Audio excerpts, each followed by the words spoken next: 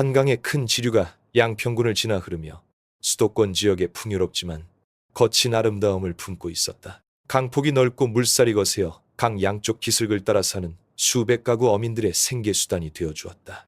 하지만 이 비옥한 퇴적물을 품은 강물은 때로는 어두운 비밀과 이름 없는 인생의 비극을 싣고 흐르기도 했다. 2018년 7월 말 어느 날 오후 평생을 이 강과 함께한 늙은 어부박 노인은 고된 그물질을 마치고 작은 양철배를 저어 집으로 돌아가고 있었다. 인적이 드문 모래톱 지역을 지날 때 그는 불의 옥잠 덤불에 걸려 물 위에 떠있는 이상한 물체를 발견했다. 그것은 꼼꼼하게 묶인 검은색 대형 공업용 비닐봉지였다. 처음 박노인은 누군가 강에 몰래 버린 쓰레기 봉투일 것이라고만 생각했다. 드문 일이 아니었기 때문이다. 하지만 배를 저어 가까이 다가가자 봉투가 비정상적으로 부풀어 있었고 안에서 옅은 분홍색 액체가 새어나와 강물에 섞이고 있는 것이 보였다. 호기심과 함께 혹시 쓸만한 것이 있을까 하는 마음에 박노인은 긴 장대로 봉투를 끌어당겨 배 위로 건져 올렸다. 봉투는 꽤 무거웠다. 박노인은 늘 지니고 다니던 작은 칼로 봉투 입구를 그었다. 생선 냄새도 그렇다고 쓰레기 냄새도 아닌 희미한 비린내가 코를 찔렀다. 안에는 큰 덩어리로 잘린 고기들이 들어있었다. 쯧쯧 어느 집에서 잔치를 크게 치렀나 보군. 이 많은 돼지고기를 버리다니 아깝게 박노인은 아직 신선해 보이는 고기 덩어리들을 보며 중얼거렸다.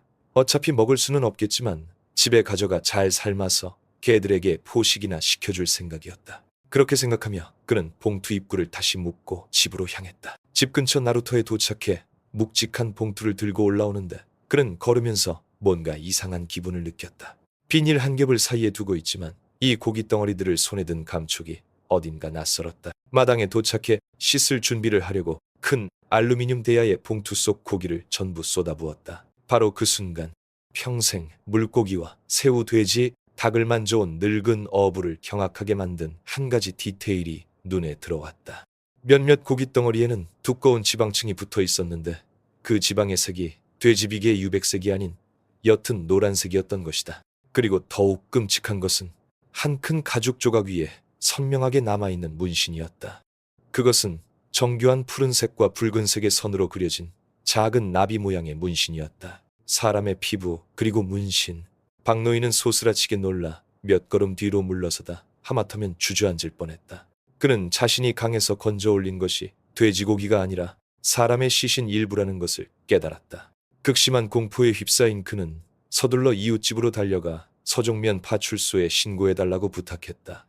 강에서 토막난 시신 일부가 발견되었다는 소식은 즉시 양평경찰서와 경기남부경찰청에 보고되었다. 토막살인이라는 사건의 중대성을 인지한 경찰은 즉시 베테랑 수사관인 박진우 총경을 팀장으로 하는 전담 수사팀을 꾸렸다. 박노인이 봉투를 발견한 현장은 통제되었지만 수사관들은 그것이 아주 작은 단서에 불과하다는 것을 알았다. 범인이 강에 여러 개의 봉투를 더 버렸을 가능성이 높았다. 약 10km에 달하는 강 구간에 걸쳐 전례 없는 대규모 수색 작전이 펼쳐졌다. 구조대와 자원한 어민들의 배 수십 척이 동원되었다. 전문 잠수부들도 투입되어 거센 물살과 흐린 흙탕물 속에서 작업을 벌였다. 수색은 극도의 긴장감과 섬뜩함 속에서 진행되었다. 그리고 이틀 동안 그들은 강가 덤불에 걸리거나 강바닥 깊이 가라앉아 있던 검은 비닐봉지들을 연이어 발견했다. 모든 봉투는 도법의학센터로 옮겨졌다. 그곳에서 끔찍한 작업이 시작되었다. 방호복을 빈틈없이 차려입은 법의관들은 봉투를 하나씩 열어 시신 일부를 기록하고 재구성했다. 작업이 끝났을 때 그들은 총 32개의 봉투가 발견되었으며 그 안에 시신 일부를 잠정적으로 맞춰본 결과 한 명의 남성과 한 명의 여성 총 2명의 피해자에게 속한다는 초기 결론에 도달했다. 두 사람 모두 극도로 잔인하게 토막나 있었다. 이제 사건은 두 사람의 목숨을 앗아간 대학살 사건이 되었다. 범인은 단순한 살인자가 아니라 극도로 병적인 심리를 가진 냉혈한 도살자였다. 하지만 가장 큰 의문은 여전히 남아 있었다. 이 두 피해자는 누구인가? 수사팀은 매우 어려운 문제에 직면했다. 두 시신 모두 온전하지 않았고 범인은 의도적으로 흔적을 남기지 않고 시신을 유기했다. 신원 확인 작업은 거의 불가능에 가까웠다. 우리의 첫 번째 임무는 피해자들에게 이름을 되찾아주는 것입니다. 박진우 총경은 수사팀 회의에서 말했다. 그들이 누구인지 알아야만 그들의 관계를 추적할 수 있고 그래야 범인을 찾을 수 있습니다. 명령이 떨어졌다. 관내와 인근 지역의 모든 실종자 신고 기록을 전면 재검토하라는 것이었다. 형사들은 여러 조로 나뉘어 불행한 두 사람의 신원을 찾는 조용하지만 매우 중요한 작업에 착수했다. 그들의 손에는 몇 안 되는 단서만이 있었다. 분석 중인 DNA 프로필과 여성 피해자의 피부에 있던 나비 문신을 찍은 사진 한 장. 하지만 며칠이 지나도 실종자 기록 검토는 기대했던 결과를 가져오지 못했다. 남녀 한 쌍이 의문스럽게 사라졌다고 신고한 가족은 단 한 건도 없었다. 수사는 다시 한번 교착 상태에 빠졌다. 범인은 너무나 완벽하게 계산한 듯했다. 그는 자신의 실종에 아무도 관심을 갖지 않을 것 같은 피해자들을 골라 범행을 저지른 것이다. 한강 검은 봉투 사건은 여론의 불안감을 조성하는 주제가 되었다. 하지만 수사팀에게 그것은 경찰관의 명예에 대한 도전이자 뇌리를 떠나지 않는 악몽이었다. 그들은 이토록 잔혹한 범죄가 잊히게 내버려둘 수 없었다. 일주일, 그리고 2주일이 지났지만 한강 검은 봉투 사건은 여전히 미궁 속에 있었다. 박진우 총경이 이끄는 수사팀은 밤낮 없이 일했다. 그들은 여성 피해자의 나비 문신 정보와 사진을 인근 모든 지역 경찰서에 보내고 언론 매체를 통해 피해자를 찾는 공고를 냈지만 모든 노력에 대한 답은 침묵뿐이었다. 아무도 신원을 확인하러 오지 않았고 불행한 두 사람의 실종을 신고하는 사람도 없었다. 수사팀 회의실의 분위기는 무겁게 가라앉았다. 화이트보드에는 토막난 시신 일부를 찍은 사진들과 유일한 단서인 문신 사진이 나란히 붙어 있었다. 그것들은 가장 노련한 형사들의 재능과 경험에 도전하는 침묵의 증거였다. 범인이 너무 완벽하게 계획했어. 한 수사관이 지친 목소리로 말했다. 사회적 관계가 적고 실종 신고가 들어오지 않을 사람들을 골랐어. 우린 지금 진짜 벽에 부딪힌 거야. 수사가 막다른 골목에 다다른 듯 했을 때 예상치 못한 돌파구가 생겼다. 그것은 고도의 수사 기법이 아닌 한 가족의 고통과 걱정에서 비롯되었다. 사건 발견 후 셋째 주 월요일 아침 초췌하고 걱정이 가득한 얼굴의 나이든 여성과 젊은 여성이 경찰청을 찾아왔다. 그들은 아들이자 오빠가 실종되었다고 신고하러 온 것이었다. 신고자는 35세의 건설 노동자인 이민준 씨의 어머니 최 여사였다. 최 여사는 눈물로 아들이 거의 일주일째 집에 돌아오지 않고 있다고 말했다. 우리 민준이는 건설 현장에서 일하는데 가끔 며칠씩 출장을 가기도 해요. 최 여사는 진술했다. 하지만 어딜 가든 꼭 엄마한테 전화를 했어요. 그런데 이번에는 거의 열흘이 다 되도록 연락이 없고 전화기도 꺼져 있어요. 친구들이나 현장 소장한테 물어봐도 아무도 어디 있는지 몰라요. 엄마의 직감으로 우리 아들한테 무슨 일이 생긴 게 틀림없어요. 최 여사의 진술은 교착 상태에 빠진 사건과 즉시 연결되었다. 성인 남성이 남성 피해자의 추정 사망 시점과 일치하는 기간에 실종된 것이다. 수사관들은 즉시 최 여사에게 시신과 함께 발견된 유류품 사진들을 보여주었지만 그녀는 아무것도 알아보지 못했다. 마지막이자 가장 정확한 방법이 제시되었다. 수사관들은 상황을 자세히 설명하고 보관 중인 남성, 시신 일부와 대조하기 위해 최 여사의 DNA 샘플 채취를 요청했다. 가장 끔찍한 진실과 마주해야 한다는 극심한 고통과 두려움에도 불구하고 아들을 찾고 싶은 마음에 그녀는 동의했다. DNA 샘플은 긴급 감정을 위해 보내졌고 이틀 후 결과가 돌아왔다. 남성 시신의 DNA 프로필이 최 여사의 것과 완벽하게 일치하여 모자 관계임이 확인되었다. 남성 피해자는 마침내 이민준이라는 이름을 되찾았다. 몇 주간 어둠 속에 잠겨있던 사건은 마침내 첫 번째 실마리를 잡게 되었다. 한 피해자의 신원이 확인되자 수사팀은 즉시 모든 인력을 동원하여 그의 삶과 인간관계를 파헤치기 시작했다. 여성 피해자의 신원과 잔혹한 범인의 정체를 밝힐 수 있다는 희망을 품고서 말이다. 이민준의 삶에 대한 광범위한 조사가 시작되었다. 그는 착하고 성실한 남자로 몇 년 전 이혼하고 노모와 여동생과 함께 살고 있었다. 적도 없었고 누구와 금전 문제로 다툰 적도 없었다. 하지만 첨단 기술 전문가들이 그의 낡은 휴대전화를 분석했을 때 한 가지 비밀이 드러났다. 연락처와 카카오톡 메시지 기록에 서연나비라는 매우 다정한 이름으로 저장된 한 여성의 번호가 있었다. 그들은 매우 늦은 시간에 자주 연락을 주고받았으며 애정이 듬뿍 담긴 대화를 나눴다. 서연나비, 나비 문신. 이 우연의 일치는 결코 우연일 수 없었다. 여성 피해자는 거의 확실하게 서연이라는 이름의 이 여성이었다. 전화번호를 추적한 수사관들은 금방 그 주인을 찾아냈다. 그녀는 같은 서종면에 거주하는 32세의 김서연 씨였다. 그리고 더 중요한 사실은 김서연 씨가 가정이 있는 유부녀라는 점이었다. 그녀의 남편은 장거리 화물차 기사인 강태식으로 집을 비우는 날이 찾았다. 두 피해자 이민준과 김서연은 내연 관계였을 뿐만 아니라 이웃이기도 했다. 사건의 그림이 훨씬 명확해졌다. 이것은 질투로 인한 살인 사건이었다. 남편인 강태식이 아내의 불륜 사실을 발견한 후 아내와 내연남을 모두 살해하고 범죄를 은폐하기 위해 시신을 토막 내 유기했을 가능성이 매우 높았다. 이제 모든 관심은 강태식에게 쏠렸지만 형사들이 그의 집을 찾아갔을 때 이웃들은 그가 며칠 전 남쪽으로 화물 운송을 떠나 아직 돌아오지 않았다고 말했다. 수사관들은 강태식이 일하는 운송회사와 연락했다. 그들은 강태식이 두 피해자가 살해된 것으로 추정되는 바로 그날 아침에 출장을 시작했다고 확인해 주었다. 이 사실은 강태식에 대한 의심을 더욱 증폭시켰다. 그가 밤에 살인을 저지르고 다음 날 아침 일찍 미리 계획된 출장을 핑계로 서둘러 지역을 떠났을 가능성이 컸다.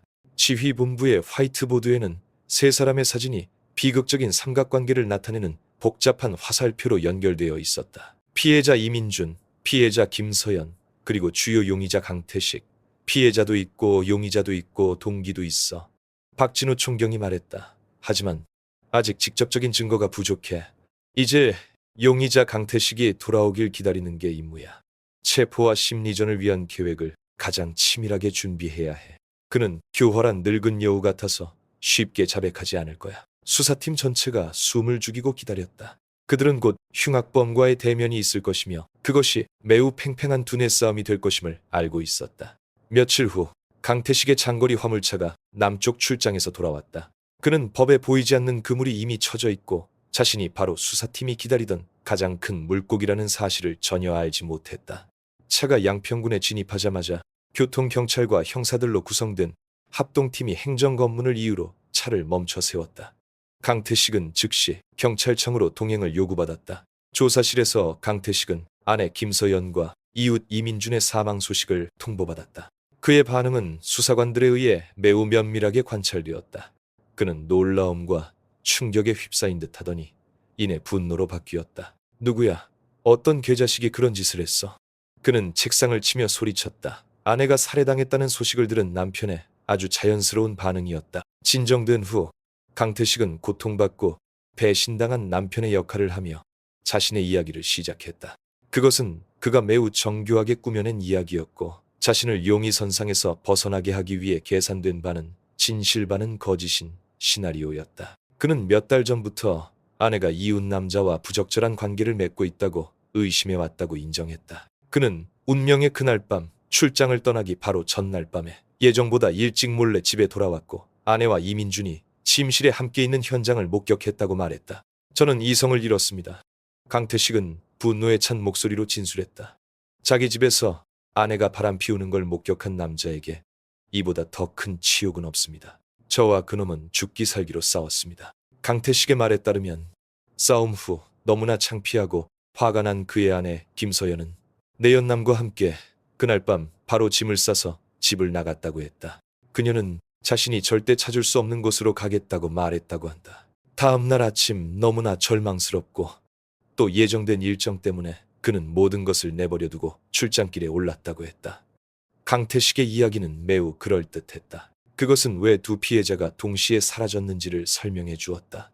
몸싸움이 있었을 가능성도 설명해 주었다. 그리고 가장 중요한 것은 그가 범행을 부인할 수 있는 시간적 공백, 즉 허점을 만들어냈다는 것이다. 그는 실제 살인 사건이 일어나기 전에 떠났다는 것이다. 함께 도망친 후 내연관계였던 두 사람이 돈이나 감정 문제로 다투다가 한쪽이 다른 쪽을 살해했거나 혹은 제3자에게 살해당했을 가능성도 있었다. 하지만 경험 많은 수사관들은 강태식의 진술에서 약점을 발견했다. 아무리 아내에게 배신당해 고통스러운 남편이라도 거의 한 달 동안 아내를 찾으려는 어떤 시도도 하지 않거나 실종 및 폭행 사건을 신고하지 않은 채 태연하게 출장을 다녀올 수는 없었다. 강태식이 집에서 몸싸움이 있었다고 인정한 이상 수사팀은 그의 집 전체에 대한 긴급 압수수색 영장을 신청할 가장 확실한 법적 근거를 확보했다. 그날 오후 정예 법의학팀이 강태식의 집에 도착했다. 겉으로 보기에 집은 매우 깨끗하고 정돈되어 있었으며 끔찍한 살인 사건이 일어났던 흔적은 전혀 보이지 않았다. 범인은 거의 한 달 동안 모든 흔적을 지우고 청소할 시간이 있었다.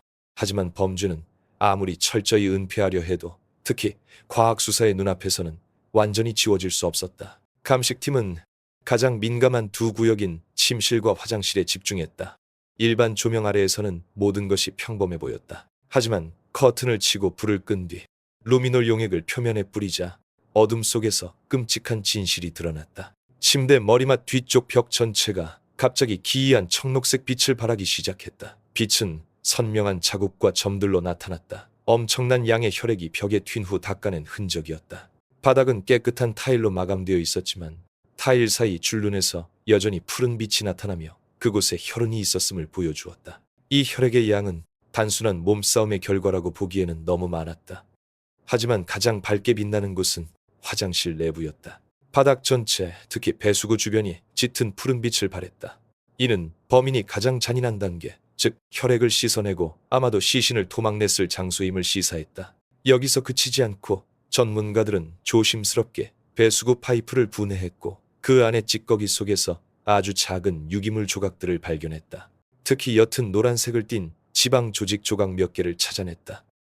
이는 인체의 일부가 이곳에서 처리되었다는 반박할 수 없는 증거였다. 루미놀 테스트 결과를 기록한 사진과 영상, 그리고 수집된 증거물들은 강태식이 아내가 내연남과 함께 도망갔다는 거짓말을 완전히 분쇄하는 철통 같은 증거가 되었다. 피비린내 나는 대학살이 바로 이 집에서 일어났던 것이다. 저녁이 되어 취조실에 박진우 총경이 들어섰다. 이번에는 그는 아무것도 묻지 않았다. 그는 단지 침묵하며 강태식의 바로 앞에 큰 크기로 인쇄된 여러 장의 컬러 사진을 놓았다. 그것은 그의 집에서 진행된 현장 감식 결과를 찍은 사진들이었다. 기이한 푸른 빛의 흔적, 과학의 빛 아래 모습을 드러낸 보이지 않던 빗자국, 그리고 배수구에서 채취된 지방 조직 조각들의 사진이었다. 강태식 씨, 박총경의 목소리는 얼음처럼 차가웠다. 이것이 당신의 부부싸움 뒤에 남은 것들입니다.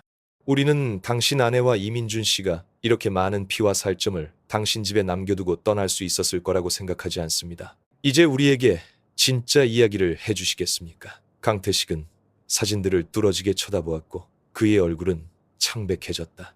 그가 공들여 쌓아 올린 방어벽은 반박할 수 없는 과학적 증거 앞에서 마침내 완전히 무너져 내렸다. 그는 모든 것이 끝났다는 것을 알았다. 자신의 집안에서 벌어진 피비린내, 나는 현장을 찍은 사진들 앞에서 강태식은 모든 부인이 무의미해졌다는 것을 깨달았다. 그가 거짓말과 불쌍한 남편 연기로 공들여 쌓아 올린 방어벽은 완전히 무너졌다. 그는 더 이상 아내에게 배신당한 피해자가 아니라 두 사람의 목숨을 앗아간 학살자의 본 모습으로 돌아왔다. 긴 침묵 끝에 그는 고개를 들었고 텅 빈 눈으로 수사관들을 바라보았다. 그리고 그는 자백하기 시작했다. 그의 자백은 배신에서 시작되어 통제불능의 분노로 끝난 비극적인 이야기한 가정의 창극이었다. 그 분노는 성실한 한 남자를 악마로 바꾸어 놓았다. 강태식은 자신의 삶이 오직 일과 가족을 중심으로 돌아갔다고 말했다. 그는 장거리 화물차 기사로 매우 힘든 일을 하며 몇 주, 심지어 몇 달씩 집을 떠나 있어야 했다. 그는 아내와 자식에게 풍족한 삶을 안겨주고 싶다는 단 하나의 소망으로 그 모든 희생을 감수했다. 그는 아내 김소연과 어린 아들을 지극히 사랑했다.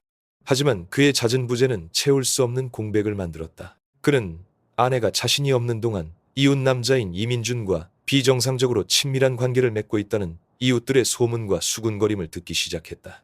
처음에는 믿지 않았고 아내를 절대적으로 사랑하고 신뢰했기에 모든 것을 무시했다. 하지만 한번 뿌려진 의심의 씨앗은 조용히 싹을 틔웠다. 그 출장길에 그는 아내를 놀라게 해줄 생각으로 예고 없이 하루 일찍 돌아오기로 결심했다. 하지만 그 놀라움은 정작 자신을 위한 것이었다. 그날 밤 강태식은 목이 잠긴 목소리로 말했다. 수갑찬 두 손은 하얗게 질릴 때까지 꽉 쥐어져 있었다. 자정 가까이 되어 집에 도착했습니다. 조용히 문을 열고 방에 들어가 아내와 아이를 안아줄 생각이었습니다. 그런데 침실을 지나가는데 들어서는 안 될 소리가 들렸습니다. 저는 문을 밀고 들어갔습니다. 그는 잠시 말을 멈추고 마치 그 끔찍한 순간을 다시 겪는 듯 깊은 숨을 들이마셨다. 그리고 저는 그 광경을 보고 말았습니다. 제 아내와 그 이웃놈이 제 침대 위에서 옷 한 조각 걸치지 않은 채 엉켜 있었습니다. 그 순간 그의 세상은 무너져 내렸다. 고통, 분노, 배신감, 그리고 치욕감은 통제할 수 없는 광기로 변했다. 저는 제가 누구인지도 몰랐습니다. 차를 수리할 때 쓰던 망치였다. 그는 다시 침실로 뛰어들어갔다. 내 연남 이민주는 망치를 든 남편을 보고 겁에 질려 도망치려 했지만 너무 늦었다. 광기에 휩싸인 강태식은 자신의 가정 행복을 파괴한 자의 머리를 향해 망치를 여러 번 내리쳤다. 아내 김서연은 끔찍한 광경을 보고 비명을 지르며 남편의 다리를 붙잡고 울며 애원했다. 하지만 그 순간 강태식에게 그녀 또한 배신자였고 모든 죄악의 근원이었다. 그의 분노는 아내에게도 쏟아졌다. 그는 한때 자신의 목숨보다 더 사랑했던 여인의 목숨마저 망치로 끊어버렸다. 범행 후 광기가 가라앉자 그는 두구의 시신과 피웅덩이 사이에 주저앉았다. 두려움과 혼란이 밀려왔다. 그는 자수를 생각했다. 하지만 옆방에서 곤히 자고 있는 어린 아들의 모습이 그를 붙잡았다. 아이는 너무 어렸습니다. 그는 울었다. 내가 감옥에 가면 누가 아이를 키웁니까? 아이는 고아가 될 겁니다. 바로 그 생각이 분노에 휩싸여 살인을 저지른 그를 치밀하게 계산하는 냉혈한 악마로 바꾸어 놓았다. 그는 무슨 수를 써서라도 자신의 범죄를 은폐하고 유기하기로 결심했다. 그는 두구의 시신을 화장실로 끌고 갔다. 아들을 처가에 맡긴 후 그는 그날 밤과 다음 날 하루 종일 끔찍한 작업을 했다. 그는 부엌에 있던 칼들을 사용해 두 시신을 잘게 토막냈다. 그리고는 검은색 대형 비닐봉지 수십 개를 사왔다. 그는 시신 일부를 봉투에 담고 자정이 되기를 기다렸다. 칠흑 같은 어둠이 내리자 그는 오토바이를 이용해 봉투를 하나씩 인적이 드문 강가로 옮겨 던졌다. 그는 강물이 자신의 범죄를 영원히 씻어내고 묻어줄 것이라고 믿었다. 강태식의 자백으로 사건은 모두 종결되었다. 이후 지방법원에서 재판이 열렸다. 반박할 수 없는 과학적 증거와 범인의 자백으로 강태식은 법의 가장 엄중한 처벌에 직면해야 했다.